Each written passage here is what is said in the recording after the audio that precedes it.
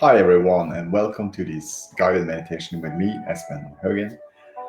Welcome.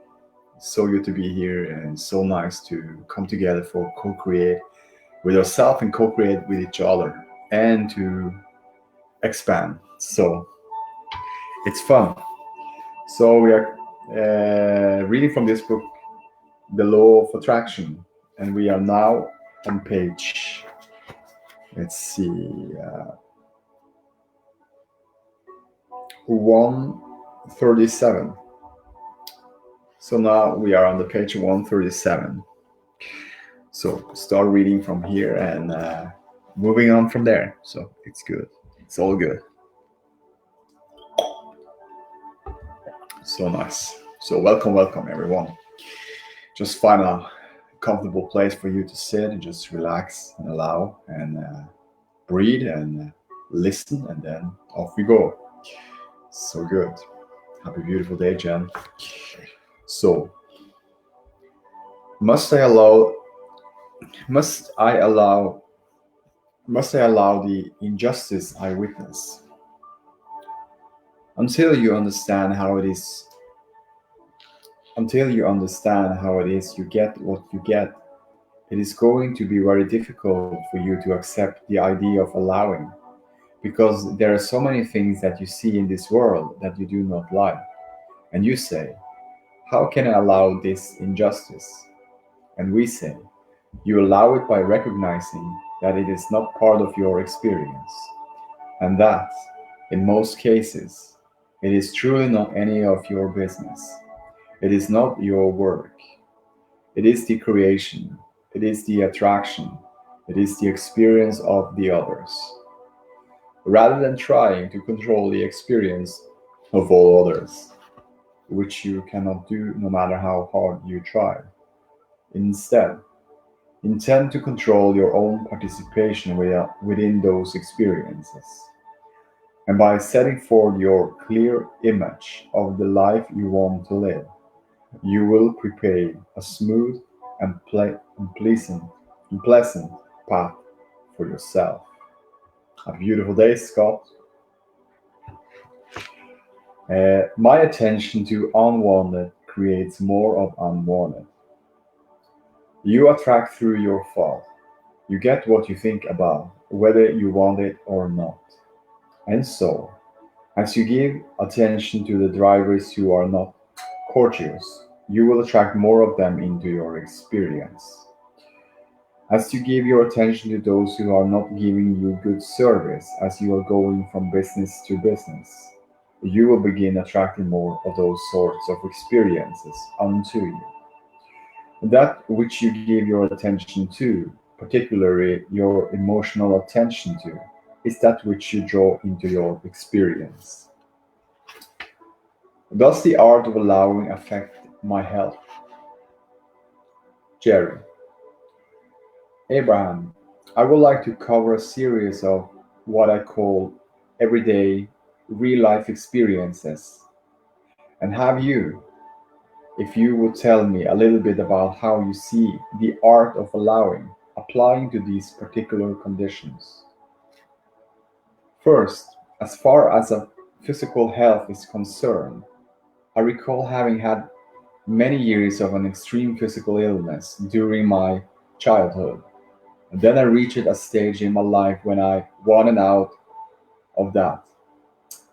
So I had extremely good physical health in the essence ever since then. How does the art of allowing fit into those two situations, from extreme illness to extreme health?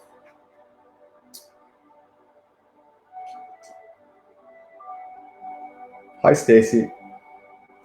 Abraham answering. Abraham, when you have made a decision about something you want, you have accomplished one half of the equation for the deliberate creation of it. You have given thought with emotion, which is what wanting is. On the other side of the equation for the deliberate creation is the allowing or the expecting, the letting it be. And so, when you say, I want and I allow, Therefore, it is. You will be very fast in your creation of whatever it is that you want. You're literally allowing yourself to have it by not resisting it, by not pushing it away with other thoughts. You have heard us say that when you are in a state of allowing, you do not have negative emotion. The state of allowing is freedom from negativity. Therefore, when you have set forth your deliberate intent to have something and you are feeling only positive emotion about it, then you are in the state of allowing it to be. And then you will have it, you see. To have health instead of illness, you must think about health. When your body is sick, it is easier to notice the sickness, so it requires desires, focus, and willingness to look beyond what is happening right now.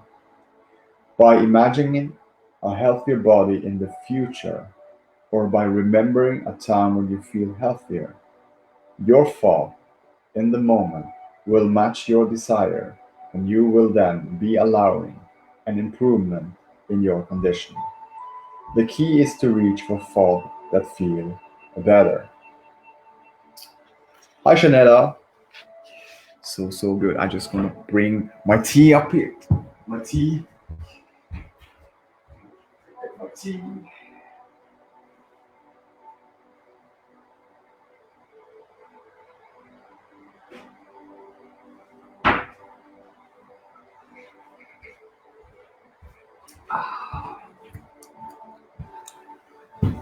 Good tea. I choose the Christmas tea today. That was really good. Organic Christmas tea. Christmas every day. So good. So let's move on. Allowing from extreme poverty to financial well-being. Allowing from extreme poverty to financial well-being. Jerry, the next subject I would like to discuss would be the area of wealth and prosperity. During my childhood, I lived at the poverty end of it, like living in chicken houses and tents and caves and so on and so forth. And then, in 1965, I found the book Think and Grow Rich, which gave me a different perspective of how to look at things. And from that day forward, my financial life spiraled upward. From living in my Volkswagen bus, I moved on to creating six-figure and then seven-figure annual incomes. Abraham, what do you think took place in that changing of your perspective from the reading of that book? Jerry, well, that I remember the most is I began Well, that I remember the most is I began, for the first time in my adult life, to focus only on what I wanted, more or less exclusively. But I'd like to hear your perspective on that phenomenon. Abraham, you achieved an understanding that you could have what you wanted. The desire was already in place from the living of life. But in reading that book, you came to believe that it was possible. The book caused you to begin to allow your desire to be realized. So good. Allowing relationships and the art of selfishness. Jerry, another area, a big one that I like to talk about, is the area of relationships. There were times when I found it difficult for me to allow friends to have their own thoughts and beliefs and their own inappropriate activities. Abraham, when you are using the word allow in this sense, what do you mean? Jerry, I felt as if they should think and act the way I wanted them to think and act.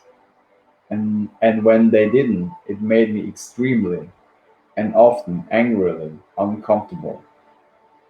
Abraham. And so, as you were observing what they were doing or what they were speaking, you felt negative emotion, your signal that you were not in the state of allowing. Is the art of selfishness not immoral, Jerry? And I, at that time, thought of myself as very selfless and very giving. In other words, I would not have been considered a selfish person, so I expected them to be less selfish and more giving also. And the fact that they weren't was very disturbing to me. Then I found David Seabury's book, The Art of Selfishness, and that made me look at selfishness from another perspective. So I was able to understand a lot of my negativity because of that new perspective. Happy beautiful day, Tracy.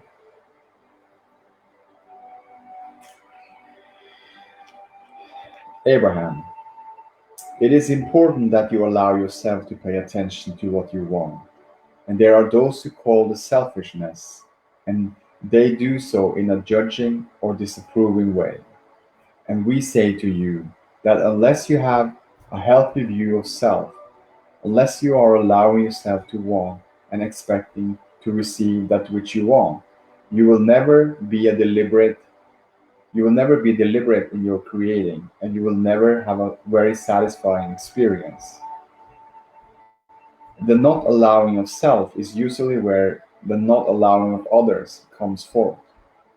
Usually, the one is most disapproving of a quality in himself notice the same quality in others, and disapproves of it there as well, and disapproves of it there as well.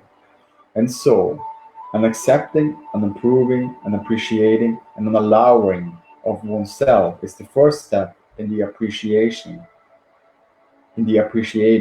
approving, or allowing of others. And that does not mean that you must wait until you are, by your standards, perfect, or that they are, by their standards, perfect. For there will never be that perfect ending place, for you are all ever changing, ever growing beings. It means looking and intending to see in you what you want to see, or intending to see in others what you want to see. We are often accused of teaching selfishness, and we are agreed that we do. Everything that you perceive is from the perspective of self, and if you are not selfish enough to insist on your connection or alignment with your broader, wiser inner being, then you have nothing to offer to others. By being selfish enough to care how you feel, you can then utilize your guidance system to align with the powerful energy of Source.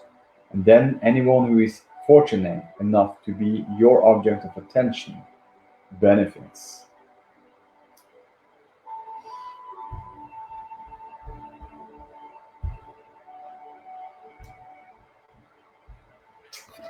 This is fun. So let's do some releases and releases and upliftment. Very easy, very gentle, very general. So this is fun. So we are going to do the freedom release method.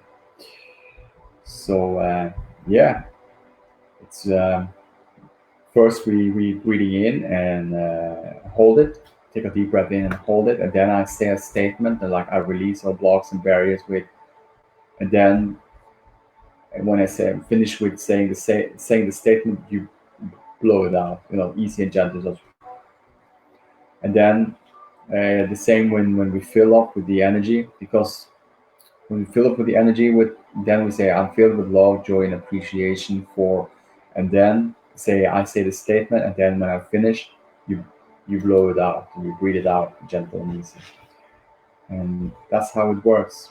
And it's just an energy thing, very powerful, and we also releases the positive of all, not to focus on the negative. We always focus on those the positive aspects of everything, to release that and to fill it up with more, and then just moving on from there.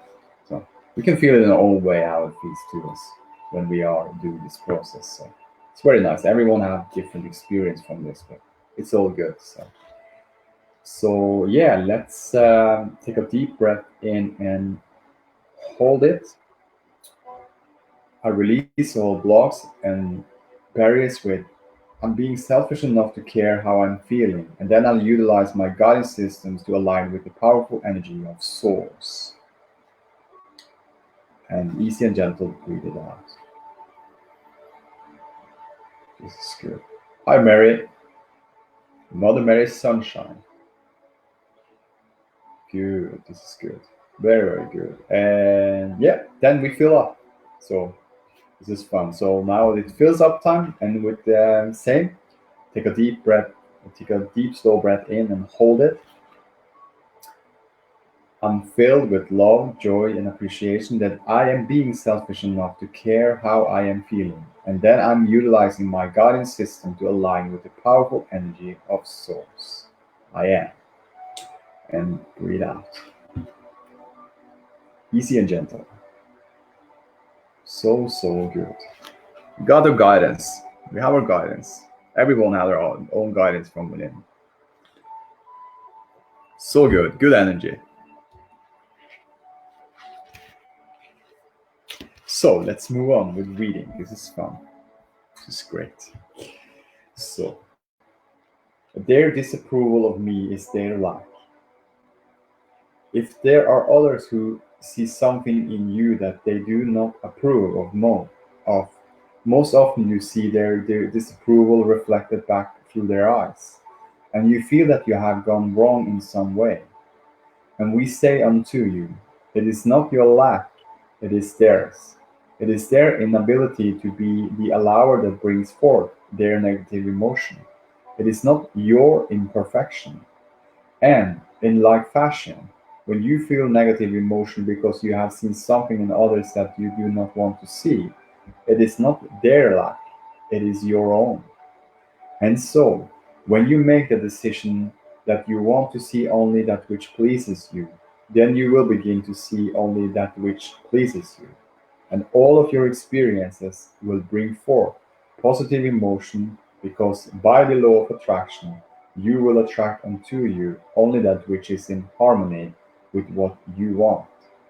By understanding the power of emotions, you can then direct your thoughts, and then you will no longer need others to behave differently in order for you to feel good.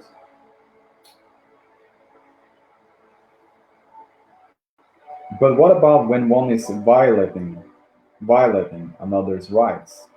Jerry, here's another area that's given me much discomfort in the past, and that is regarding the rights of one or another, property rights, territorial rights, or rights to our own peace.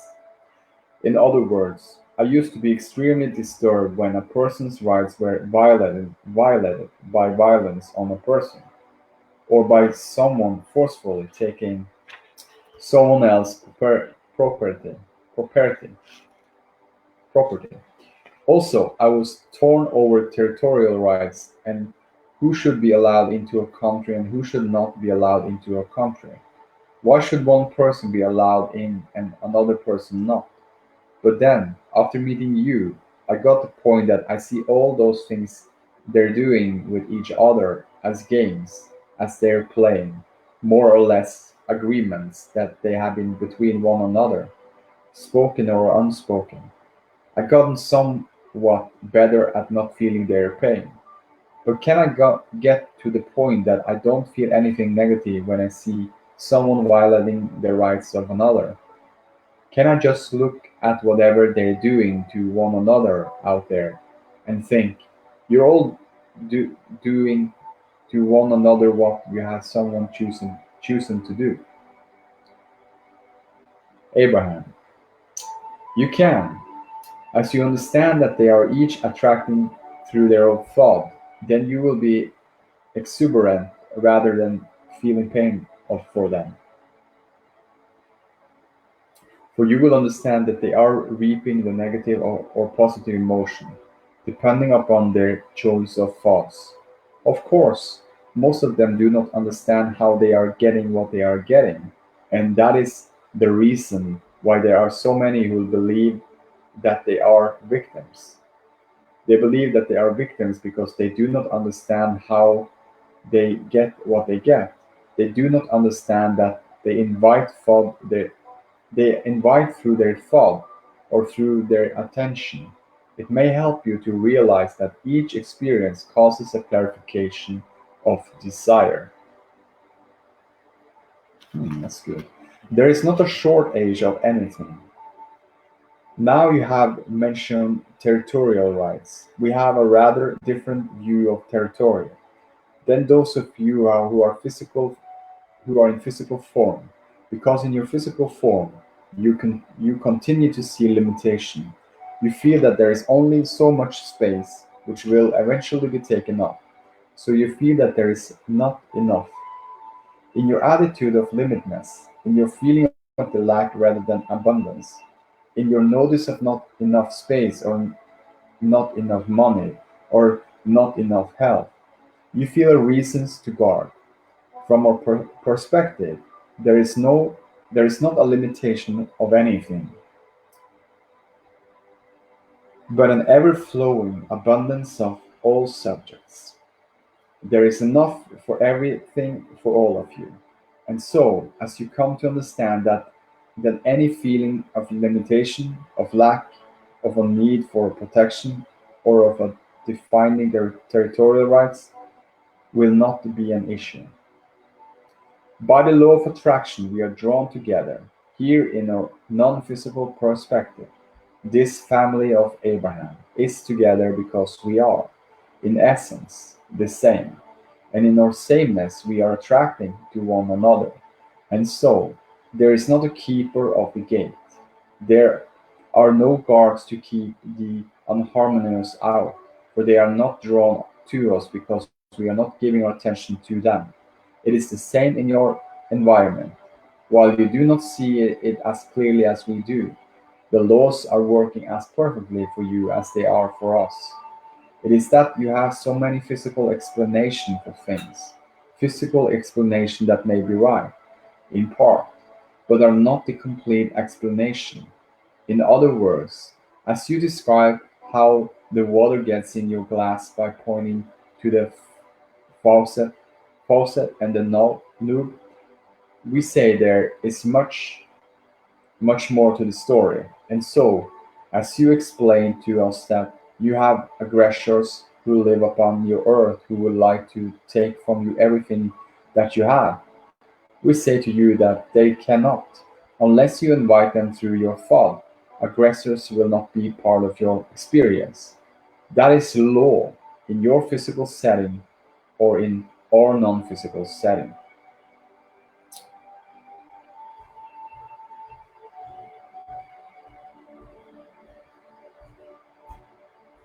So, yeah, so now we're doing the releases again. This is fun. So, take a deep breath, take a deep, slow breath in and hold it. I release all blocks and barriers with there is a ever flowing abundance of all subjects. There is. And breathe out, gentle and easy.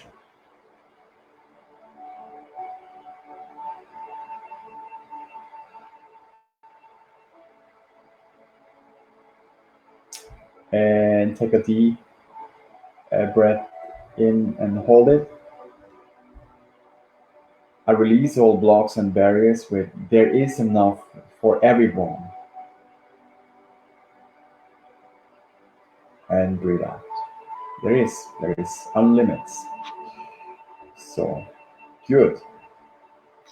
This is good. And now fills up and take a deep slow breath in and hold it. I'm filled with love, joy, and appreciation that the understanding and the feeling of ever flowing abundance of all subjects. There is. And breathe out. There's an ever flowing abundance of all subject there is. So breathe out and take a deep breath, slow breath in and hold it. I'm filled with love, joy, and appreciation, the understanding and the feeling that there is enough for myself and for everyone, and there is just more to come in all subjects, in all things, want it. And breathe out. Because there is. We never stop expanding in wanting it. We never stop expanding in desiring. We never stop expanding and creating.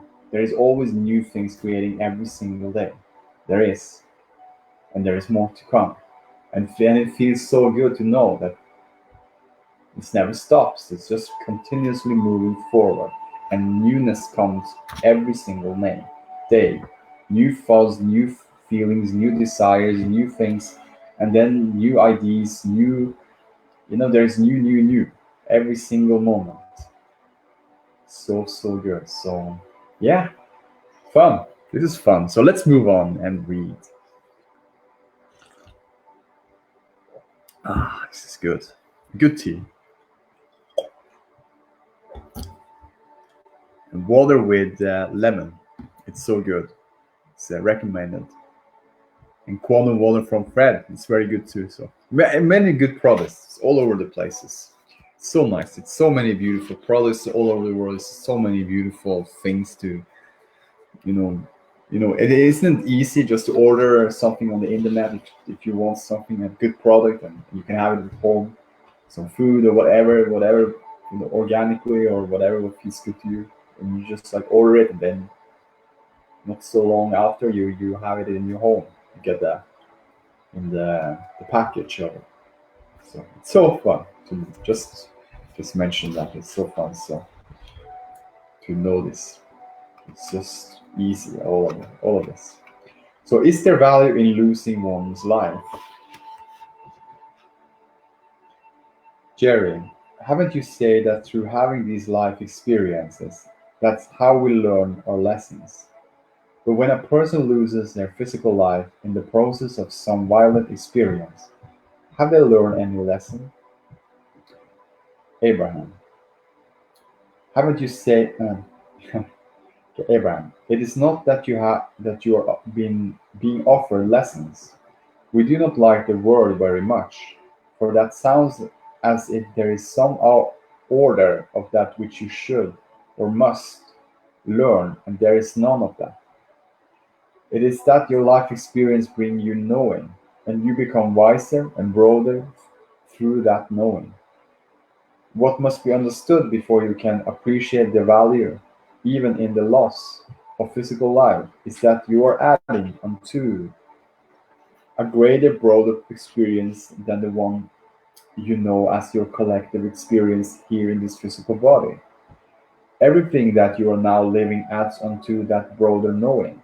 And so, even when you are removed from your focus, even when you are removed from your focus through this body, all that you have experienced here will be part of that greater knowing that you hold. And so, yes, there is even value in having an experience that removes you from this physical body. It is not for nothing. I am the culmination of many lifetimes. Jerry, are you saying that losing my life is an experience that somehow adds to all of the experience of that broader being? Abraham, it is, indeed. You have lost your physical life on many occasions. You have lived thousands of lifetimes. That is the reasons why your zest for life is so great. We could not express to you in words the number of lifetimes that you have lived, let alone let alone much detail from each of them. You have had so much experience that memory of all that experience would confuse and hinders you here. And so, as you are born in this body, you come forth not remembering that which has been before, because you do not want the distraction of all that memory. You have something much better than that.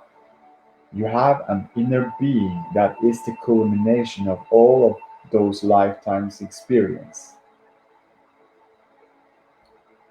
Just as now you are that which you are as a culmination of all that you have lived. There is a little value for you to sit here and talk about the things you did when you were 3 or 10 or 12. Of course, you are that which you now are because of all of that. But to continue to look back into your past and regurg- regurgitate, regurgitate, how we say, regurgitate, regurgitate. That's a funny word. I have to figure it out later. So it's all good. Oh, so those experiences does not add much unto that which you now are. And so, as you accept that you are this magnificent, highly and evolved being, and as you are sensitive to the way you feel, then you have the benefit of your emotional guidance system as to the appropriateness of anything that you are about to do, based upon the way you feel. You are physical beings, and you are knowing you, the physical you, while most of you are not knowing yourself from your broader perspective. The physical you is a magnificent and important you, but it also an extension of a broader, greater, wiser, certainly older you. And in that inner you made a decision to come forth, to be focused in this body, because it wanted the experience of this lifetime to add unto the knowing of the greater, broader inner you.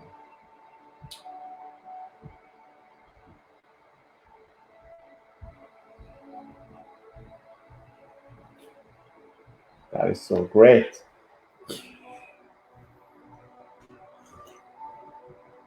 Expansion. We have lived for a long time, in many lifetimes. It's nice to know.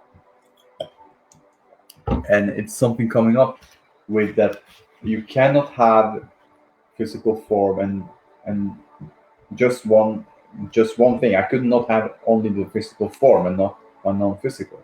The both part that is part of the one. And to know that since that energy is always continuously, when the physical form, myself moving from this physical form to something else, then I'm moving into something else in form. And because it's cooperated so beautifully, both those together in one with all that is. And the one cannot be with the other. You have to have the both in the same to to function and to expand and to. So it is nice to know. It's all good, and there's more to come.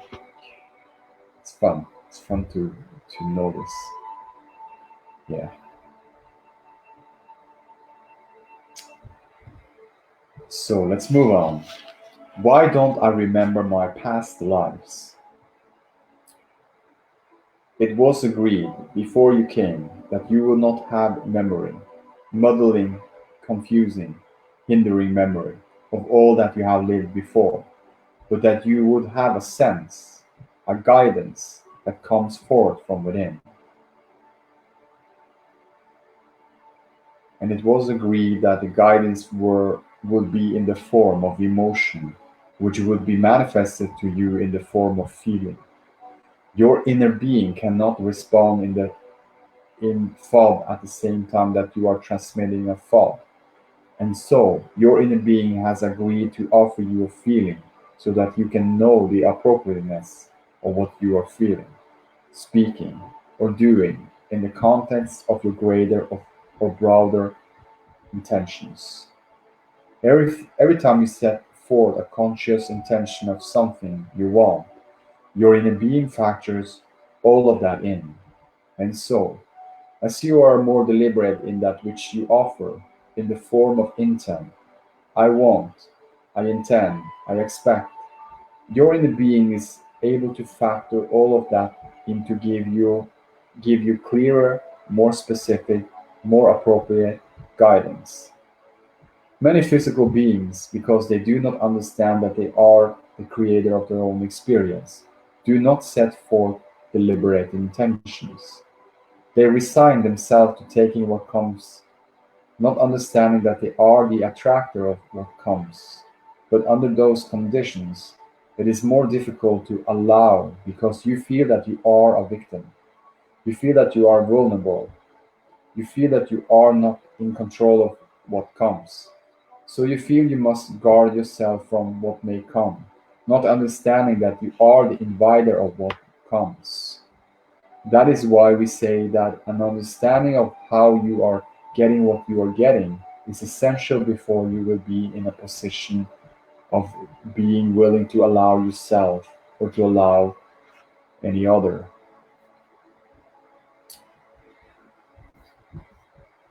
This is good. What about when sexuality becomes a violent experience? Jerry, another area that I felt some discomfort with would be morality relating to sexual practice. I now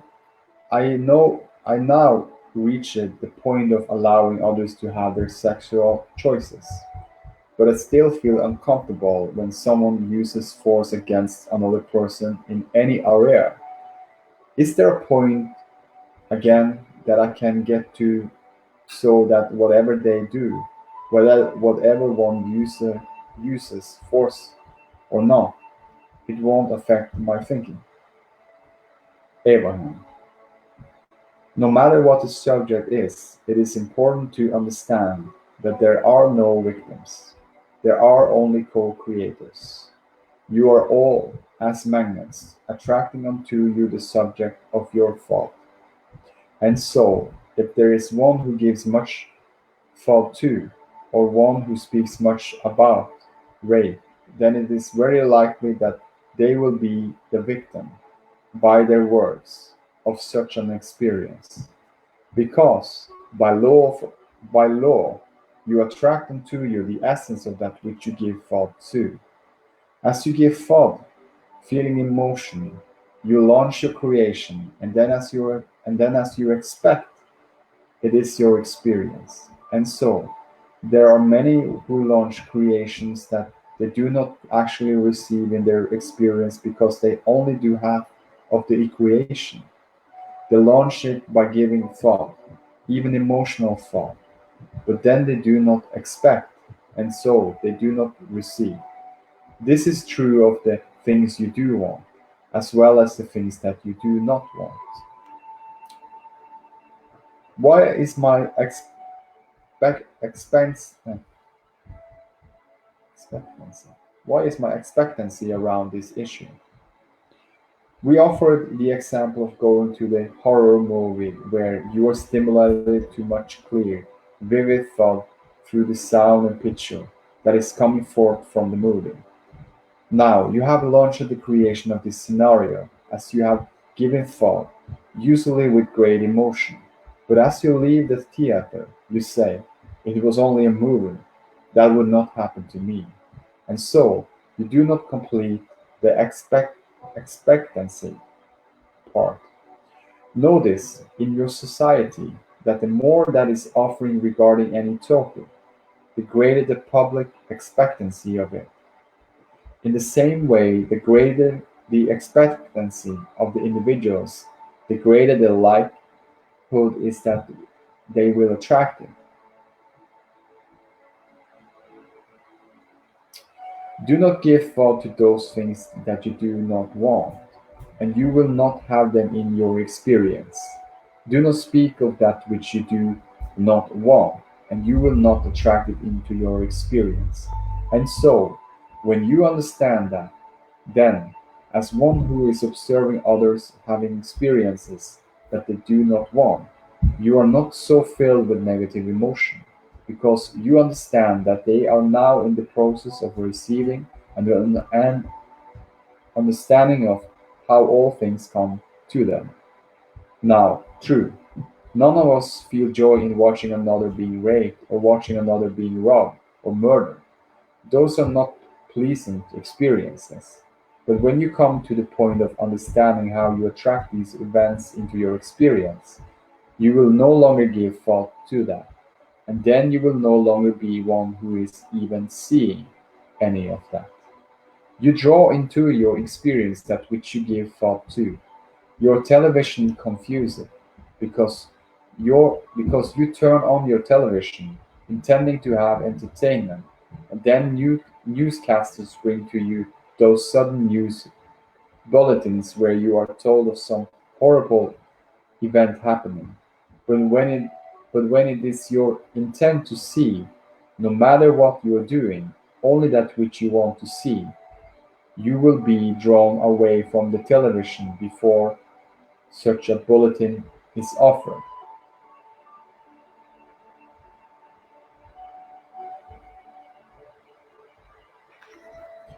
It's so good.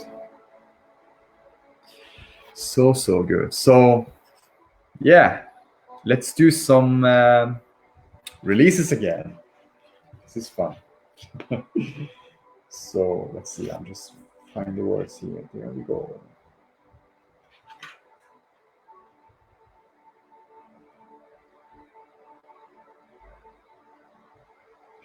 So take a deep, slow breath in and hold it. I release all blocks and barriers with it is my intent to see, no matter what I am doing, only that which I want to see. Breathe out. Easy and gentle.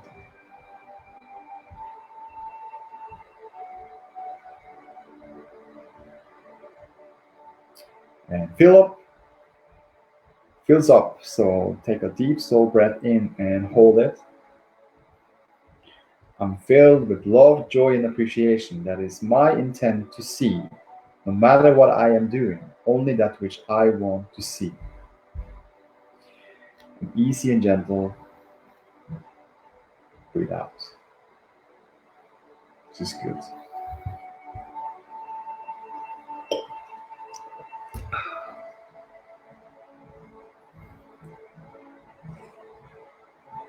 Good things. Yeah, we are so free to focus. And when we are telling ourselves that before I'm doing something, I'm only, you set your intention, I'm only going to see those things I want to see. And you move out, you say move out, but you feel that energy and you then started doing something. You set a clarification around it. You felt it and you said it out loud to yourself, you felt it. Then you will be more aware of those things that you want to see, those things that feels good to you see, those things that looks you know colorful, and those things, you maybe reading something, you look at those things more. You will be more aware of those things as you set your intention in that way. So it's good. Segment intending is a very powerful process as well, to write things down before you do something, that the feeling of what you like about what you do before you do something, or what, like a topic. I say, now I'm going to run soon, and I putting on training, a segment, writing down training or exercising, and I'm writing down, and what is that I like about exercising. I love the feeling of moving my body. I like the feeling of the energy I get when I'm running. I love the feeling of the perfect. I love the feeling of the view. I love the feeling of the snow hitting my face, cold snow hitting my face, and it feels so refreshing. I love I love the feeling of looking at the mountains around me. It's a beautiful view. I love the view here. I love the magnificent view here in my home. And then segment telling that before I run, and I know I will be more aware of those things uh, unconsciously, but it will be I will be more aware of this as I am feeling the energy of it before I do it. So more, that is the power of segment intending. You set forth the feeling before you do something, or what you like about those things that surrounds you, or what you feel from within when you are doing something with that things that you love doing, and you follow your bliss. So that's something beautiful. That's something to expand in. So that's something to have a notebook. I can show you that little thing, a notebook like this, and a blue pen. You have white paper, and you have something like this, and writing down segment intending. I like nature. I segment intending. I would just telling a lot. So nature. I was just had a topic nature. So I'm walking in nature. So I love feeling the nature. I love the fresh air. I love cold white snow. I love great view. I love sensing the nature. See the perfect view, hear the birds. Feel the smell. Taste if I have a water, taste the water, taste if it's clean water in nature. It's so beautiful here in Norway. You're moving in some places and I see nature and there's water.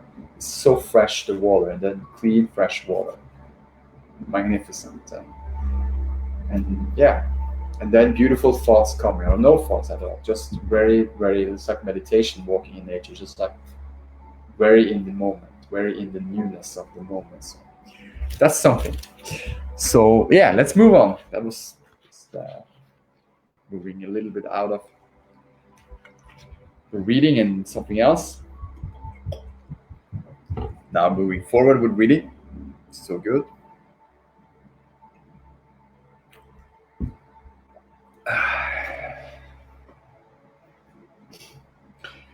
So this is good. We have some time left. So I am preparing my future right now. When you see something in a newspaper or magazine that begins to bring forth a little negative emotion, you can immediately set it aside rather than continuing with it and receiving more negative emotion, as the law of attraction is adding to the subject. But even beyond that, in this moment, as you are intending to attract unto you only that which you want, you will begin preparing so that your future action will not need to be so definite. Definite. You will not be drawn to the television. You will not be drawn to the newspapers. Instead, you will be drawn by the law of attraction to the subject of your deliberate intent. The reason so many of you are drawn to subjects of deliberate intent is because you do not have deliberate intent. You're not saying often enough what you do want, and so you are attracting some of all of it. The more deliberate you are in what you want, the more preparing you will be doing, so that less action will be needed to get unwanted things out of your experience. You will not be abused by your television, so to speak, or abused by the predators of predators of your society, for the universe will have prepared something different for you.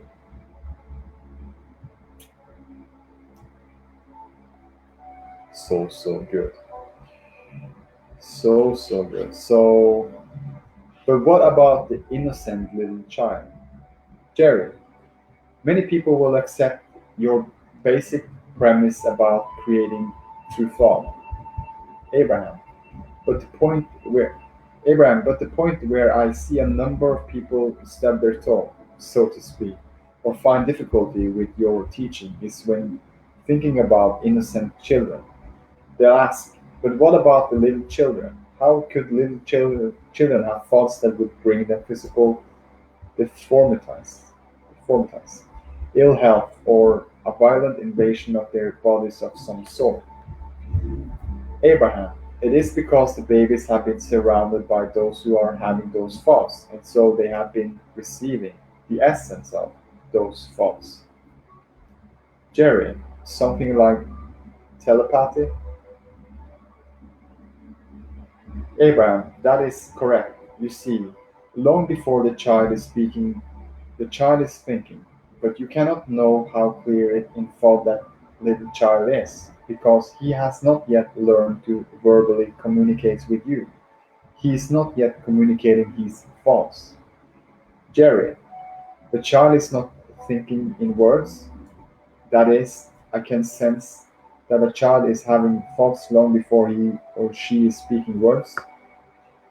Abraham, The child is thinking and receiving vibrational thought from you on the day that he enters your environment.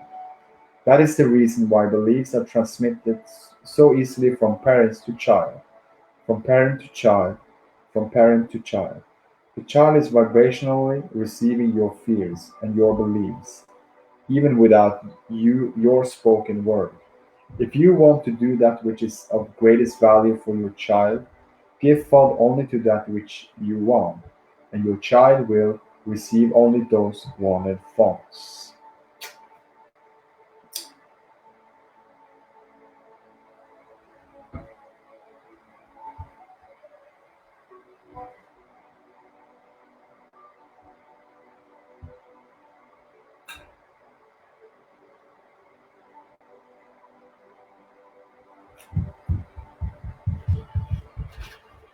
It's so great, it's so great. So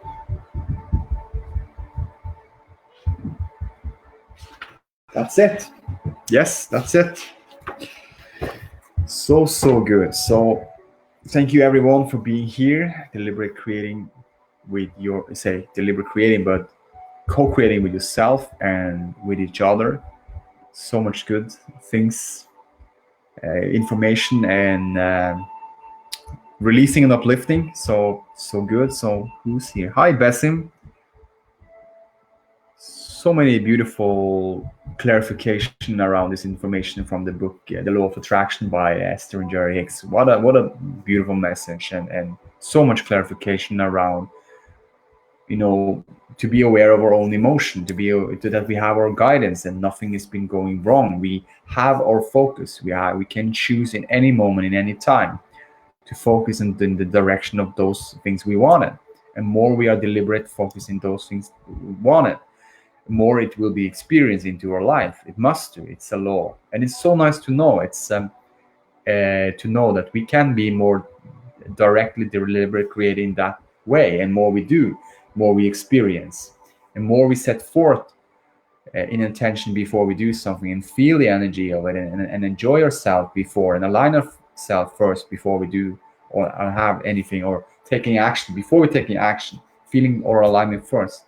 Then it must be an experience for us to experience more of that what we feel from the first place, because we know alignment equals alignment. When we feeling good, we see things in a different perspective than when we not feel good. When we feel good, we see the colors, we see the beautiness of the beautiful nature. When we're outside and walking, we see the beauty of the colors, we see the beauty of those things we're reading, we see the beauty of those things that surround us, we see the beauty in the people we meet. We look everyone eyes through source more and more unconditionally. From the alignment, it's unconditionally, and we hear those words clearly. Now we understand. We don't only hear those words, we hear and we feel, and we clearly understand those words too, the energy behind it. And then it's like, ah, this is good, this is good. And then you move in the direction, in your own way, in your own creation, to feel better and better and better, because better it gets, better it feels, and better it feels, better it gets, better it gets, better you feel, and better. And it's just a momentum, and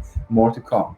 And more you feel the emotion of your alignment, more easy it is to, and gentle it is to come into to the alignment. More you catch up easy, fast those misalignment. When there is a misalignment, you catch up early, and then you say, oh, there is something here, and you are honest with the feeling right away, and then you direct your focus into something else, that what feels a little bit better, and then you're moving in the direction of feeling a little bit better, and then you experience in the life now, and then forward in the new will be better, will feels better. And then all the senses, as you sense and taste and smell, the food tastes better, and you will be more aware of those things that you feel good about, that feels good to you, to focus in. Also your thoughts, you will receive the most beautiful thoughts. Oh, I like this. Oh, that's a great idea. Oh, that's a great inspiration.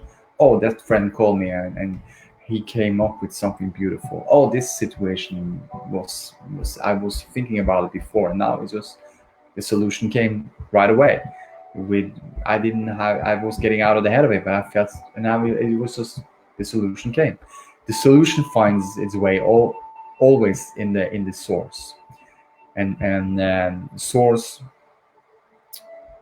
dwells always in the newness in you, and every day, every single moment is new and refresh. So it is so nice to know, as we more and more are aware of it, as we more and more are meditating and quieting our mind, letting the less resistance to be, we say the path of least resistance, but the path of most allowing to be. And you then are more in the focus in wanted and those things that you desire, and you feel good as you focus on those wanted and those things you desire. You feel good through it, you feel easy about it, you feel gentle about it, and you're generally speaking in a way that feels very easy, good to you. And the energy comes through, and the experience becomes more of whatever what you want and what you desire for. And we say with that's, and there is more to come. So there is there is just more and more and more and more and more and more and more and more and more and more. I can do this, say this for the whole day today and tomorrow and the next day and next day, and still when I'm not here anymore in the physical body, there is more and more and more and more and more. And you can see this is such a freedom in all of who we are, really are, in the non-physical, in the physical form, cooperated as one, and then create, and then desire, and then wanting, and then feeling good, and then moving on from there. So love you guys so much, and happy beautiful Sunday, and see you next week. See you tomorrow. So love you guys so much. Enjoy.